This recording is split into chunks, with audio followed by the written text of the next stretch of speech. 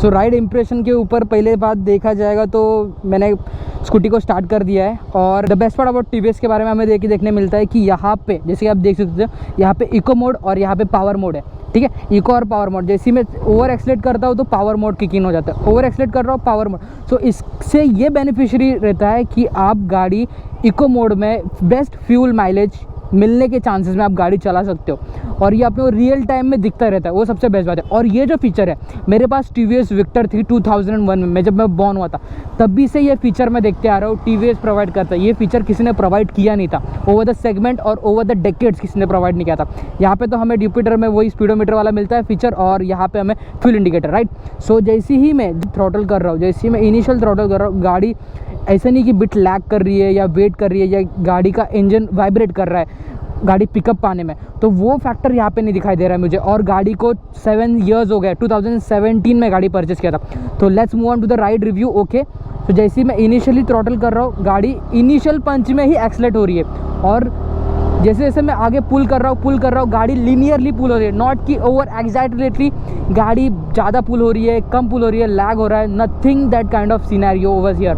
तो ये best part लगा मुझे। और ये गाड़ी मैं 7 ईयर से चला रहा हूँ, मतलब जो मेरे ब्रदर है उनकी ही गाड़ी है ये, तो 7 ईयर से चला रहा हूँ मैं। गाड़ी के अप्स एंड डाउन सब देख चुका हूँ। गाड़ी में वो मोड जो मैंने सीट का बोला था, उसके पहले गाड़ी के सीट्स में थोड़े इशू होते थे, लोअर बैक सेक्शन में बहुत प्रॉब्लम होता था, तो उसके लिए हमने वो सीट लगा के लिया था, एक्सटर्नली फिटेड सीट्स, वो 700 रुपीज़ का पड़ा था, वो तो हमने बताया। ओके, तो नेक्स्ट मूविंग फीचर की तरफ जाते हैं हम।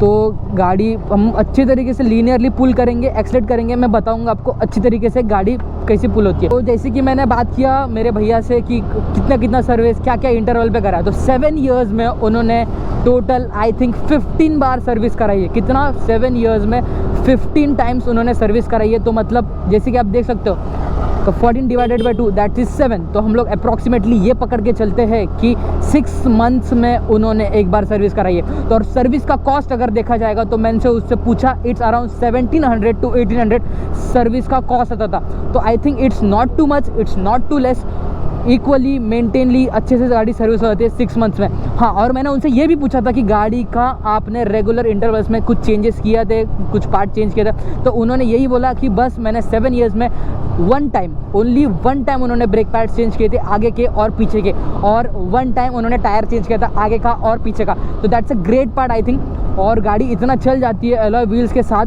तो गाड़ी का स्टेबिलिटी अब जैसे आप देख सकते हो, हम डाउन हिल, तो गाड़ी एकदम लीनियरली स्टेबल है, नॉट एट ऑल कि यहाँ पे झूल रही है वहाँ पे झूल रही है गाड़ी। और मैं अभी लीनियरली पुल कर रहा हूँ गाड़ी, तो देखिए आप कितना ब्यूटीफुली मैं ओवरटेक कर रहा हूँ। Now here is a small speed breaker, हम इसको बम्प करेंगे, यस दैट्स ग्रेट। तो अगर मैं आपको ब्रेकिंग सिस्टम के बारे में बताऊँ तो हम पुल करेंगे वी विल पुल। मैं अगर पीछे की ब्रेक की बात करूँ तो यार इट्स मच मोर पंची, गाड़ी रुक गई देखो, इट्स मच मोर पंची।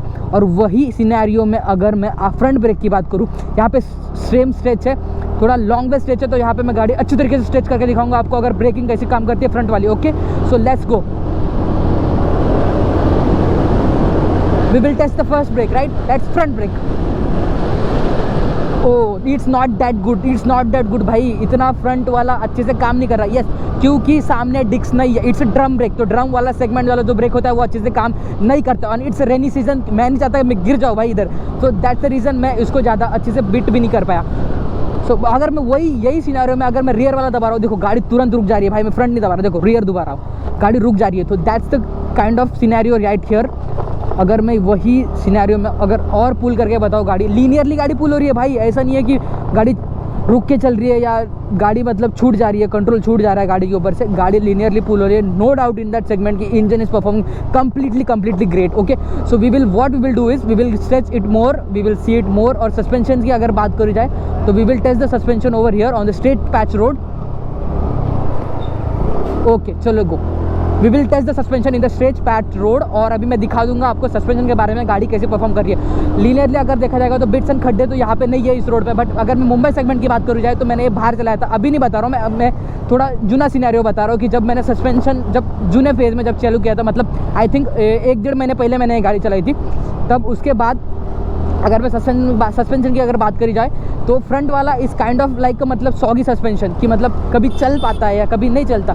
क्यों? उसका रीज़न बताता हूँ कि भाई 7 साल में एक भी बार सस्पेंशन का ऑयल चेंज नहीं हुआ है। इसलिए बोल रहा हूँ कि सस्पेंशन फ्रंट का इतना अच्छा नहीं है right now at this point of view, ठीक है। और पीछे की अगर बात करें तो पीछे का बहुत अच्छी तरीके से काम कर रहा है। जैसे मैं अभी स्पीड ब्रेकर बम्प किया तो वहाँ पे मुझे समझ में आ रहा है कि पीछे का सस्पेंशन बहुत अच्छी तरीके से काम कर रहा है, मुझे लोअर बैक में पेन फील नहीं हो रहा। हाँ, एंड बेस्ट पार्ट ये भी है कि अगर सस्पेंशन की अगर मैं ये भी बात करूँ आप कि हम लोग ने जस्ट अभी रिसेंटली सीट भी चेंज कराया, तो उसकी वजह से मैंने थोड़ा स्पंज वाला जो होता है, स्टिफ नहीं बोल सकते अपन, एक अच्छा वाला पैटर्न वाला सस्पेंशन वाला सेटअप बोल सकते हो कि यार मतलब लोअर बैक में भी पेन नहीं हो रहा उसके कारण। सो that's the part over here, okay.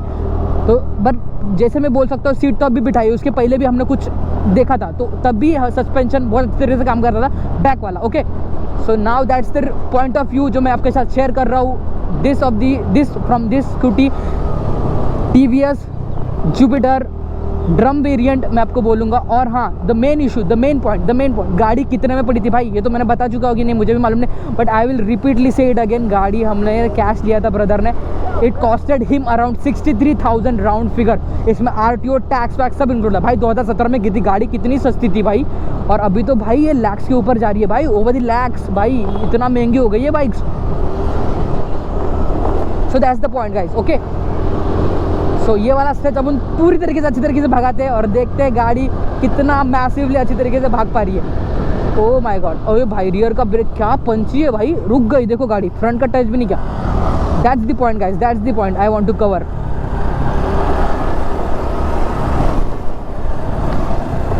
तो ये जो अनदर फैक्टर इंपॉर्टेंट था जो हमें राइवल्स के ऊपर देखने मिलता था, वो था कि हमें फ्यूल जो लीड था जो भरने का था, फ्यूल इंसर्ट करने का, तो वो हमें बैक साइड में मिलता था।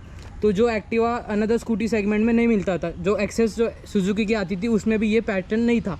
तो और अगर देखा जाएगा बाद में अगेन, अगर मोस्ट इम्पॉर्टेंट सेगमेंट की बात करी जाए जो राइवल्स के ऊपर है, वो है तो Jupiter was the first scooty जो हमें अलॉय व्हील्स देती थी। तो ये 90x90 12 इंचेस के अलॉय व्हील है। तो सेम पार्ट हमें बैक साइड में भी मिलता है, it's a 12 inch alloy wheels.